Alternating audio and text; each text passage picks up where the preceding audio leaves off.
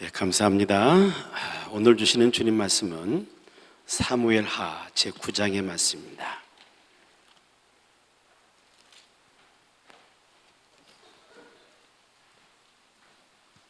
사무엘하 9장 1절부터서 13절까지 말씀, 구약성서 476쪽입니다. 찾으셨으면 아멘. 자, 우리 다 같이 합독하십시다.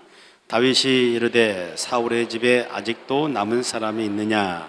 내가 요나단으로 말미암아 그 사람에게 은총을 베풀리라 하니라. 사울의 집에는 종 한 사람이 있으니 그의 이름은 시바라. 그를 다윗 앞으로 부르매 왕이 그에게 말하되 내가 시바냐 하니 이르되 당신의 종이니이다 하니라. 왕이 이르되 사울의 집에 아직도 남은 사람이 없느냐? 내가 그 사람에게 하나님의 은총을 베풀고자 하노라 하니 시바가 왕께 아뢰되 요나단의 아들 하나가 있는데 다리 저는 자니이다 하니라. 왕이 그에게 말하되 그가 어디 있느냐 하니 시바가 왕께 아뢰되 노드발 암멜의 아들 마길의 집에 있나이다 하니라. 다윗 왕이 사람을 보내어 노드발 암멜의 아들 마길의 집에서 그를 데려오니 사울의 손자 요나단의 아들 모비보셋이 다윗에게 나와 그 앞에 엎드려 절하매 다윗이 이르되 모비보셋이여 하니 그가 이르기를 보소서 당신의 종이니이다. 다윗이 그에게 이르되 무서워하지 말라. 내가 반드시 내 아버지 요나단으로 말미암아 내게 은총을 베풀리라.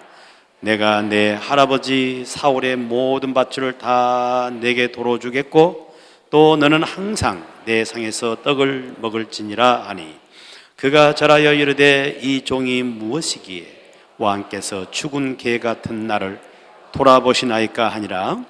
왕이 사울의 시종 시바를 불러 그에게 이르되 사울과 그의 온 집에 속한 것은 내가 다 내 주인의 아들에게 주었으니 너와 내 아들들과 내 종들은 그를 위하여 땅을 갈고 거두어 내 주인의 아들에게 양식을 대주어 먹게 하라. 그러나 내 주인의 아들 모비보셋은 항상 내 상에서 떡을 먹으리라 하니라. 시바는 아들이 15명이요 종이 20명이라. 시바가 왕께 아뢰되 내 주 왕께서 모든 일을 종에게 명령하신 대로 종이 준행하겠나이다 하니라. 모비보셋은 왕자 중 하나처럼 왕의 상에서 먹으니라. 모비보셋에게 어린 아들 하나가 있으니 이름은 미가 하더라. 시바의 집에 사는 자마다 모비보셋의 종이 되니라. 모비보셋이 항상 왕의 상에서 먹으므로 예루살렘에 사니라. 그는 두 발을 다 절더라. 아멘. 할렐루야. 십자가에서 피 흘리시며 우리에게 은혜 주신 주님의 그 놀라운 은혜가 오늘 또 더 깊이 우리 심령에 다가오는 복된 시간 되기를 축원합니다. 오늘 또 유머러스 말씀을 시작하겠습니다. 들어갑니다. 새끼 호랑이가 엄마와 함께 풀밭에서 이렇게 놀면서 재롱을 부르고 있었습니다. 근데 새끼 호랑이가 엄마한테 문득 그런 질문을 던진 거예요. 엄마, 나 호랑이 맞아? 그럼 너 호랑이 맞지. 아니, 나 잘 뛰지도 못하고 그러는데 내가 호랑이 맞는 거야? 그래도 내가 너를 낳았거든. 그러니까 너는 호랑이 분명히 맞아. 그랬더니 이놈이 또 그러는 겁니다. 아니, 나는 토끼 한 마리도 못 잡고 개만 또 못 하는데 어떻게 내가 호랑이 돼? 그랬더니 이제 엄마가 비로소 화가 나가지고 한마디 떡 던졌습니다. 야, 이 개새끼야. 그러면 그런 줄 알아? 내가 한 말이 아니고 호랑이 한 말이에요. 그래서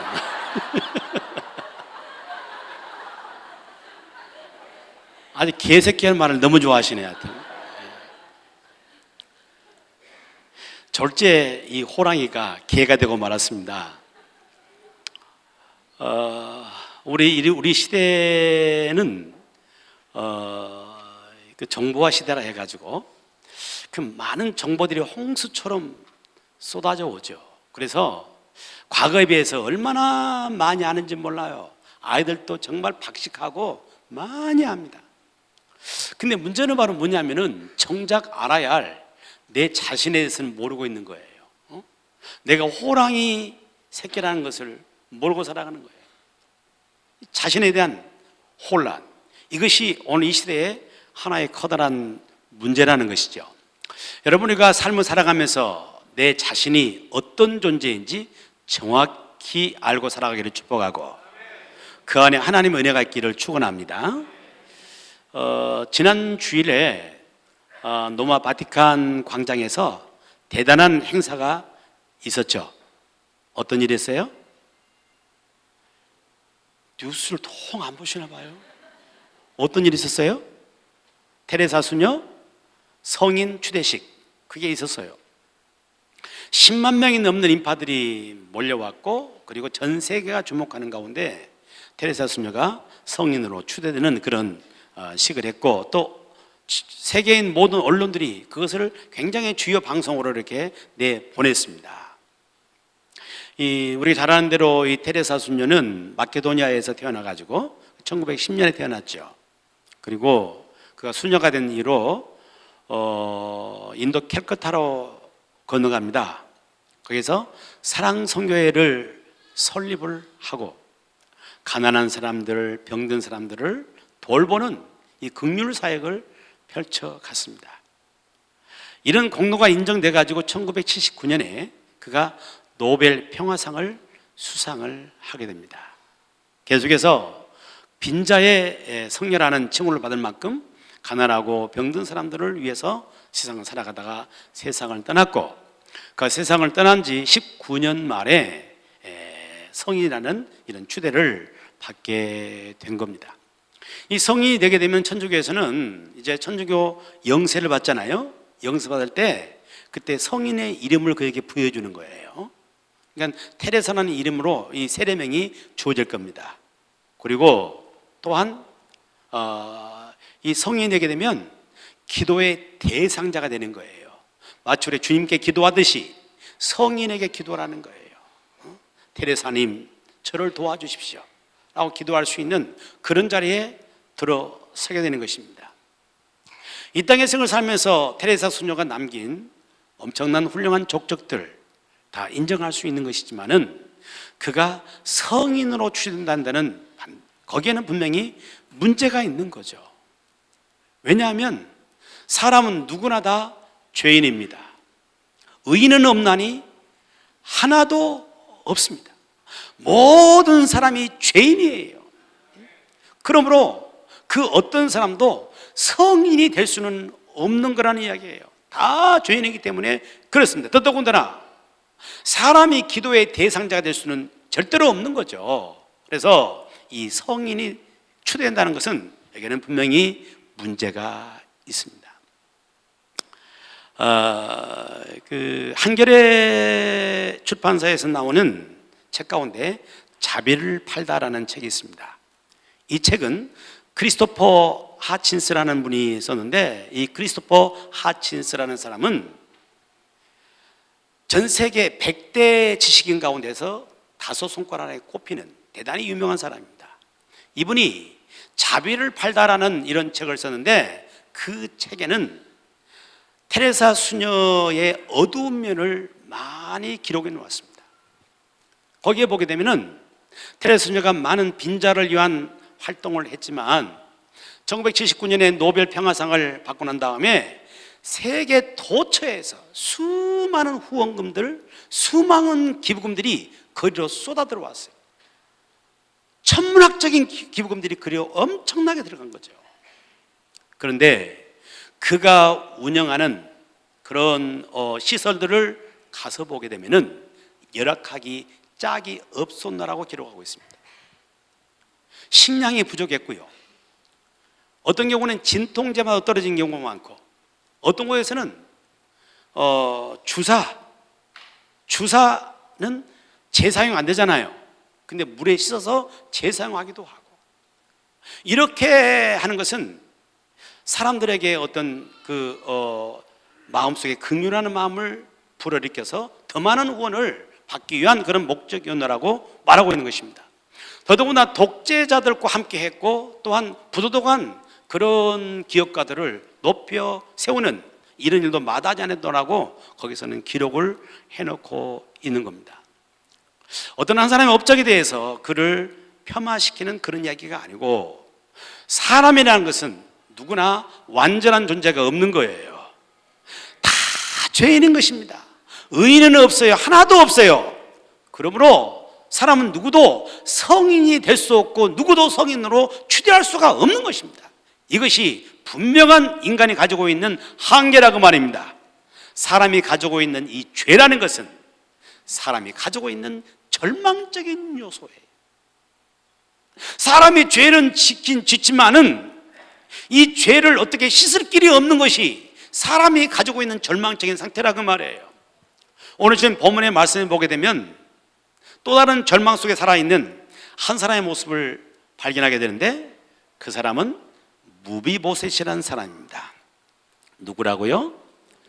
무비보셋. 여러분 발음이 잘 되네요. 예. 나는 잘 안 돌아가 이게. 무비보셋. 자, 애를 쓰고 있습니다. 무비보셋이라는 사람이 나오는데, 이 사람은 누구냐 하면은 사울 왕의 손주입니다. 왕손이죠. 그런데 사울 왕이 다윗을 죽이려고 계속 다윗의 뒤를 쫓아다니다가 결국 블레셋과 전투에서 전사하고 맙니다. 그 후로 다윗이 이제 이스라엘의 왕권을 갖고 왕위로 등극하게 됩니다. 그러니 그 이전에 다윗을 죽이려고 했던 사울의 후손들은 이제 다 죽임을 당할 수밖에 없는 바로 그런 상황이라, 이 무비보셋은 살아남기 위해서 노두발이라는 곳, 이것은 요단강 동쪽에 있는 황무지입니다. 아무도 사람들이 잘 오지 않는, 접근할 수 없는 그곳으로 도망가서 은둔 생활을 살아갑니다. 무비보셋은 이제는 희망이 없는 겁니다. 절망적인 모습으로 살아가는 거예요. 미래가 없는 겁니다. 거기서 숨어 지내야 되는 것이고, 언제 그게 발각되게 되면 죽을지 알 수 없는 이런 절망적인 상태 속에 놓여 있는 것이 이 무비보셋의 모습인 것입니다. 이 무비보셋의 모습이 오늘 우리의 모습과 그대로 오버랩되고 있는 것을 여러분 느끼십니까? 무비보셋의 절망 상태에 있는 것처럼 우리 역시도 절망 상태 속에 있는 거예요. 삶을 살아가면서 우리는 수많은 죄를 짓지만 이 죄 문제를 어떻게 처리하지를 못하는 겁니다. 이 죄에 대해서 하나님의 말씀은 너희 죄가 반드시 너희를 찾아낸다고 말씀합니다. 우리가 짓는 이런 죄들이 결국 우리를 찾아내는 거예요. 그래서 심판하는 겁니다. 죄에 대한 심판하는 거예요. 사람들이 죄를 짓고 세상을 살아가기 때문에 스스로 마음에 양심에 가책이 있어. 늘 불안하고 뭔가 쫓기는 것 같은 그런 삶을 살아갑니다. 어떤 사람들은 양심에 화인을 받아가지고 죄를 짓고도 양심에 어떤 그런 불안이나 부끄러움이나 이런 걸 모르고 사는 사람도 있어요. 그러나 성경의 말씀만 대로 하나님이 그 죄에 대해서 반드시 찾아내시고 심판하신다는 것입니다. 마치 형사가 죄인을 끝까지 추적하잖아요. 끝까지 추적해서 그것을 밝혀내고 그에게 심판을 가하는 것처럼 죄에 대해서는 하나님의 심판이 있다는 겁니다. 죄 가운데 살아가는 우리 사람들은 희망이 없는 거예요. 절망의 상태 속에 살 수밖에 없는 거예요. 우리에게 희망이 있다면 그것이 바로 무엇이겠습니까?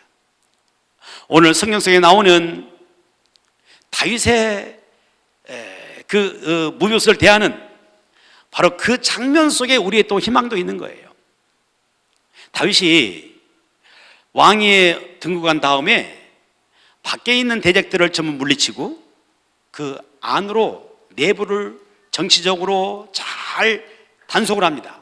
나라가 안정이 됐을 때 다윗의 마음속에 어떤 생각이 들었냐 하면은 사울 왕의 후손들에게 후대하고 은총을 베풀기를 바라는 마음이 생겨졌어요. 그래서 사울의 후손들이 살아남아 있을까 하면서 추적을 해봤더니 사울의 집에서 종노릇 했던 시바라는 종이 이렇게 발견된 겁니다. 시바를 불러가지고 사울의 집에 후손이 지금 살아있는 자가 있느냐 그랬더니 누가 있다는 거예요? 무벼보셋이 있다는 거예요. 무벼보셋이 지금 저 노드바라는 곳에 피난해 가지고 거기 숨어 살고 있다는 그 이야기를 듣습니다. 그 다윗 왕이 사람을 보내 가지고 무벼보셋을 불러오죠. 불러와 가지고 그에게 은혜를 베푸는 장면이 7절에 나와 있어요. 7절 한번 볼까요? 7절을 보게 되면 함께 봅시다. 시작. 다윗이 그에게 이르되 무서워하지 말라. 내가 반드시 내 아버지 요나단으로 말미암아 내게 은총을 베풀리라. 내가 내 할아버지 사울의 모든 밭을 다 내게 돌어주겠고 또 너는 항상 내 상에서 떡을 먹을지니라 하니. 아멘. 이 무보요서는 절망의 상태 가운데 있었습니다. 발견되면 죽는 거예요. 다윗 왕이 이 무보요서를 불러가지고 그에게 은혜를 베푸는 겁니다. 은혜를 베풀기를 너의 할아버지 사울 왕이 가지고 있던 모든 재산을 다 너에게 줄 것이고 너로 하여금 이 왕궁에 살면서 내 상에서 함께 먹을 수 있는 왕자의 지위를 내가 너한테 주겠다고 하는 이런 은혜를 베풀어 주는 겁니다. 절망적인 그런 상황 가운데 있는 이 무보요셋이 희망이 생긴 것은 바로 뭐냐면은 다윗 왕이 베푸는 은혜인 줄로 믿습니다. 받을 자격이 없는 그런 무보요셋에게 다윗 왕이 베풀어준 그 은혜가 그에게는 큰 희망이었다는 사실인 겁니다.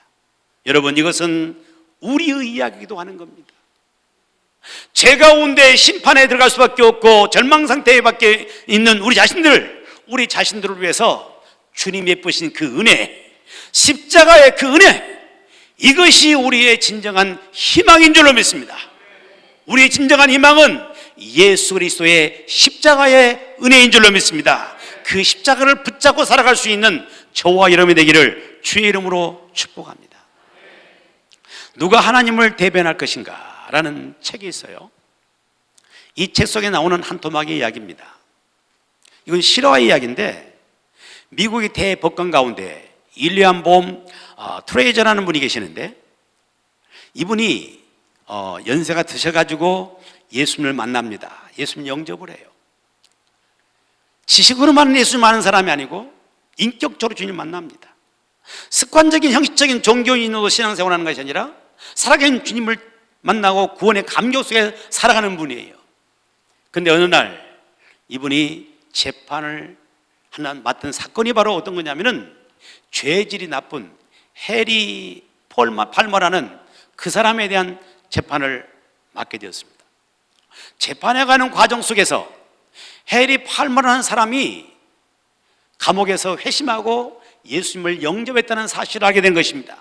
근데 이것이 그냥 가짜가 아니라 그의 진심으로 주님을 영접했고 사람이 새 사람 됐다는 사실을 알게 돼요. 근데 이 사람의 지은 죄로 오면은 형을 10년은 언도해야 되는 거예요. 10년을 언도하고 나면은 이 사람 인생이 완전히 망가질 것 같습니다. 그리고 10년 동안 가둬둘 필요가 없는 거예요. 이미 사람이 새 사람이 됐으니까.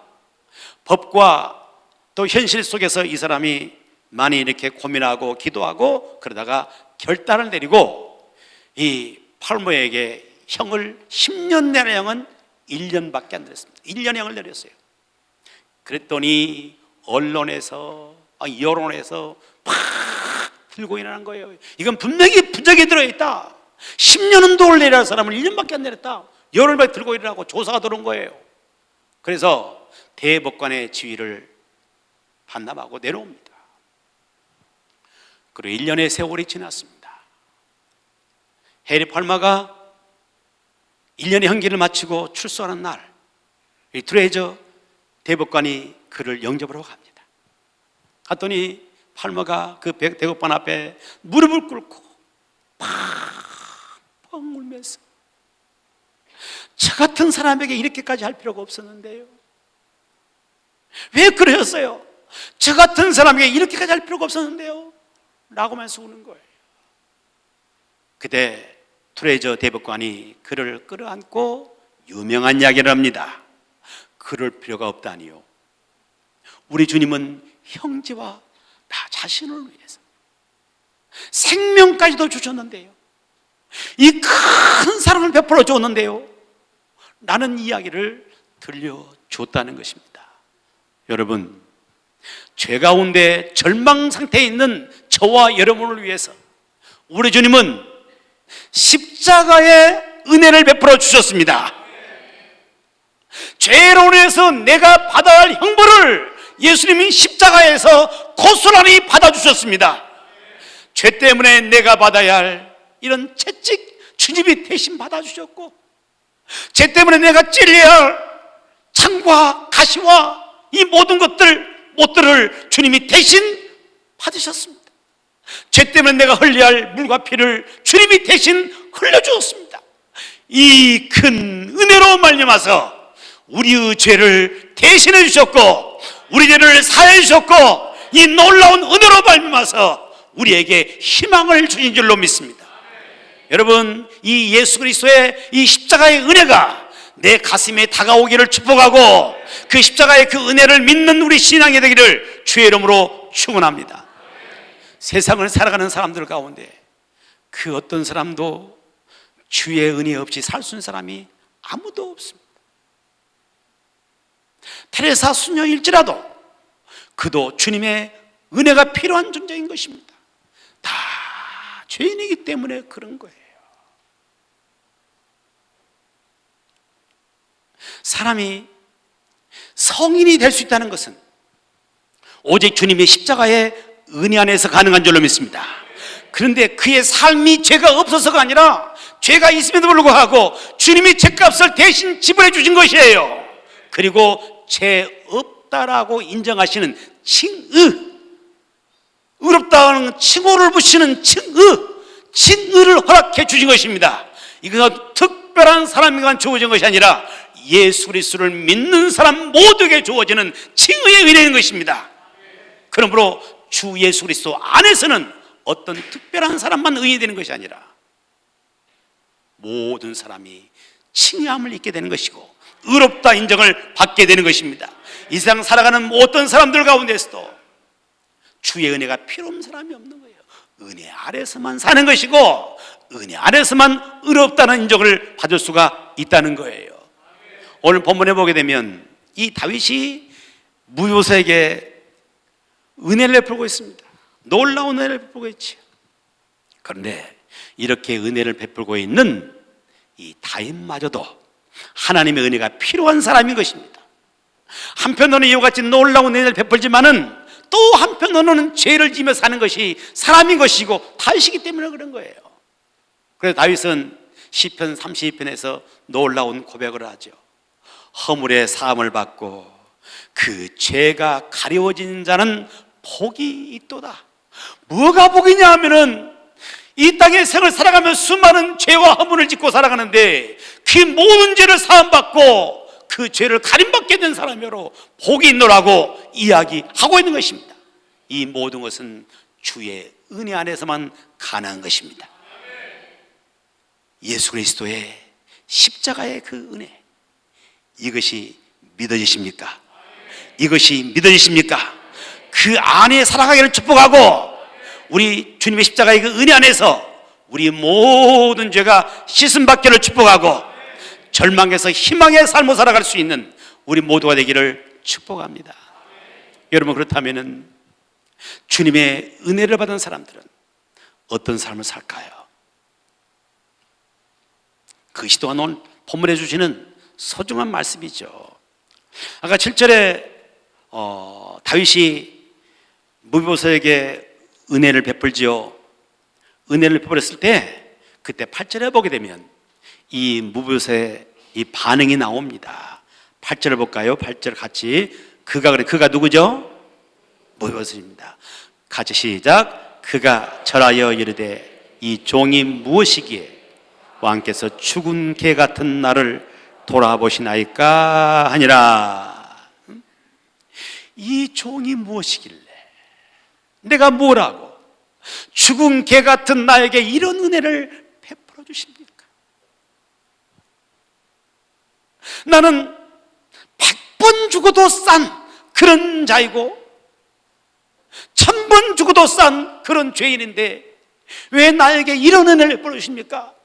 라고 하는 겸손한 자세를 보이고 있는 것을 봅니다.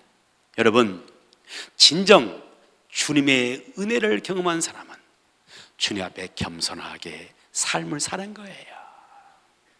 지식으로만은 주님의 은혜를 아는 사람에게는 그것이 없지만은 진짜 인격적으로 주님의 그 은혜를 아는 사람은 주님 앞에 죽은 개 같은 나를 왜 이렇게 돌봐주십니까? 그 은혜에 대한 감격, 그 은혜에 대해서 겸손함으로 살아가는 그런 사람이 되는 줄로 믿습니다. 내게 베푸신 주님의 은혜에 대한 이 겸손한 반응이 있는 우리 삶이 되기를 축복합니다. 중세에 성 프란시스라는 유명한 분이 계시죠. 이분의 제자가 한 분은 기도하는 가운데 환상을 봅니다. 그리고 그가 천국을 경험하게 되는데 한 전사가 그를 데리고 천국 이곳저곳을 이렇게 다 보여주는 가운데에 한 곳을 보니까 막 보좌들이 쫙 있는데 그 가운데 가장 아름답고 가장 높은 보좌가 있는 거예요. 빈 보좌예요. 궁금한 거죠. 궁금해서 천사에게 묻습니다. 저 의자는 누구 거냐고. 그랬더니 천사가 대답하기를 세상에서 가장 겸손한 프란시스 것이다 라고 들려줍니다. 제자지만 그렇게 높고 또 그렇게 아름다운 보좌가 프란시스 거라는 말 들을 때 마음에 시기심이 들어온 겁니다. 그리고 환상에서 이렇게 깨어서 이제 실제적인 상황 속에서 그 스승에게 묻습니다. 프란시스에게 묻기를 선생님은 자신을 어떤 자라고 생각하십니까? 그랬더니 프란시스가 대답하기를 그야 나는 세상에서 가장 악한 죄인이지, 그런 겁니다. 그때 제자가 말하기를 아니 선생님, 그건 위선 아닙니까? 세상에는 선생님보다 훨씬 악하게 사는 사람들 얼마나 많은데 어찌 자신을 가장 악한 죄인이라고 말합니까? 그때 프란시스가 웃으면서 그런 이야기를 들려준 겁니다. 만약에 그 사람들에게 하나님이 내게 주신 은혜를 주셨다면 그 사람들은 나보다 훨씬 더 훌륭한 삶을 살았을 거요 라고 그 이야기를 들려준 겁니다. 자기 자신이 오늘 있는 것은 자기가 잘나서가 아니라 오직 하나님의 은혜를 베풀어 주셨기 때문에 그 은혜 안에서 오늘 내가 있다는 그런 고백을 하고 있는 것입니다. 이런 겸손함이 은혜 받은 사람들에게 공통적으로 나타나는 현상인 것이에요. 이 겸손함이 우리에게도 함께하기를 축복합니다. 오늘 내가 살아있는 거, 내가 잘나서 내가 능력 많아서 오늘 내가 살아있는 건 아니잖아요. 하나님 나를 지금 이 순간도 불러가신다면 할 말 없는 사람인 것이고 주님 날 이 순간 나를 심판하고 정죄한다 할지라도 할 말 없는 죄인 아닙니까? 그러나 주께서 나에게 은혜를 베풀어 줬기 때문에 오늘 내가 살아있는 것이고 오늘 나의 삶을 누릴 수 있는 것 아닙니까? 이 모든 것이 하나님의 은혜인 줄로 믿습니다. 이 겸손한 마음이 우리 심령 속에 서부터서 올라와야 할 줄로 믿습니다. 내가 하나님의 자녀가 되는 것도 마찬가지입니다. 내가 무슨 자격이 있어서 하나님 자녀 된 거 아니잖아요. 내가 무슨 공로 있어 하나님 자녀 된 거 아니잖아요. 오직 주님의 은혜로 나의 모든 죄를 씻어주시고 내가 하나님의 자녀에게 하신 줄로 믿습니다. 그 은혜에 대한 겸손한 반응, 이것이 우리에게 있어야 한다는 이야기예요. 내가 주를 위해서 충성스럽게 살아간다 할지라도 이것은 내가 특별해서 하는 것이 아니란 말이에요. 주님이 나에게 그만큼 은혜를 부어줬기 때문에 내가 주를 위해서 헌신하고 충성할 수 있는 삶을 살아가게 된 것입니다. 주의 은혜를 받은 사람들은 주님 앞에 겸손한 자세로 삶을 살아가게 되는 것입니다. 이 겸손함이 우리 속에서부터 우러나오는 복된 삶을 살기를 축복합니다. 어느 부부가 결혼해서 한 30년을 함께 살았습니다. 30년을 살 때 이제 30주년을 맞이하는 그 해에 아내의 생일을 맞이합니다. 30년을 사는데 아내에게 좀 특별한 선물을 해주고 싶다, 뭐 그런 마음 있어가지고 남편이 아내에게 묻습니다. 여보, 내가 당장 특별한 선물 하고 싶은데 어떤 선물이 좋아? 그랬더니 아내가 대답하는 말이 다른 것 필요 없고 내한테 딱 2시간만 내달라는 거예요. 2시간만. 아니 2시간 얼마나 내일 테니까 다른 선물 있으면 이야기해봐. 아니 다른 거 다 필요 없대. 딱 2시간만 내달라. 그러면 그렇게 하지 뭐. 그래서 생일을 맞이했습니다. 생일 되는 당일날 아내가 남편을 부릅니다. 여보, 내가 2시간 내기로 했지? 응, 그랬지. 그래, 지금부터 2시간이야? 그러면서 남편을 소파에 앉혀놓고 이야기합니다. 내가 지금부터 2시간 동안 당신한테 이야기할 텐데 2시간 동안 당신은 다른 말 하지 마. 다른 말 하지 말고 그랬어? 맞아. 그때 그랬구나. 요 이야기만 해라. 그런 거예요. 그렇기를 하고 이제 아내가 이야기를 시작합니다.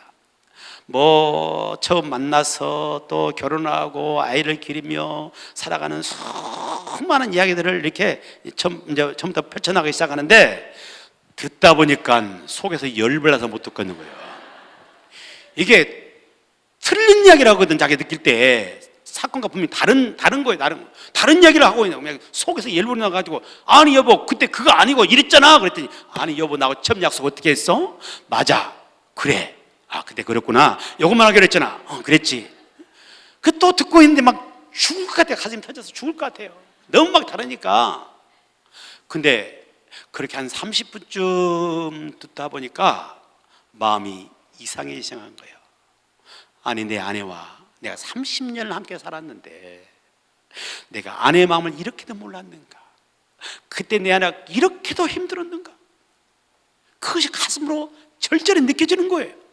그래가지고 그 이야기를 들으면서 눈물이 핑 돌고 눈물을 줄줄 흘리면서 그 이야기를 듣는 겁니다. 2시간 동안 이야기를 쏟아내는 이 아내가 그 이야기를 다 마치고 이제 다 이야기 다 했어. 다 들어서 고마워 라고 하는데 남편이 아내의 그 앞에 무릎을 꿇고 여보 내가 잘못했어.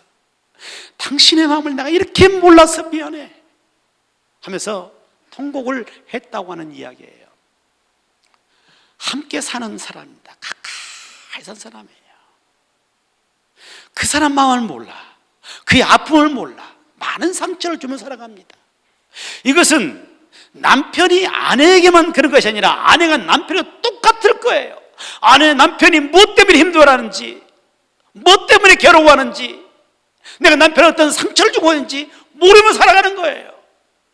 사람은 내 곁에 있는 가까이 있는 사람에게도 그 마음도 헤아릴 수 없게 되는 거고 많은 상처를 주면서 세상을 살아가는 겁니다. 사람은 어쩔 수 없는 죄인이에요. 하나님 앞에 살아가면서도 하나님 마음을 헤아리지 못하고 하나님 앞에 얼마나 많은 죄를 지으며 사는 것이 우리 사람의 모습인지 모르는 겁니다. 사람은 죄 가운데 절망의 상태에 있는 거예요. 죄는 반드시 우리를 찾아내서 심판하고 만다는 겁니다. 오직 예수 그리스도의 십자가의 그 은혜, 나의 죄를 사하신 그 은혜, 이 은혜만이 우리의 희망인 줄로 믿습니다. 주 예수 그리스도의 보혈의 그 피가 믿어지기를 축복하고 십자가의 은혜 안에 갈 수 있는 우리가 되기를 축원합니다. 그리고 십자가의 그 은혜 받는 자로서 늘 주님 앞에 겸손함으로 살아갈 수 있는 저와 여러분 삶 되기를 주의 이름으로 축원합니다.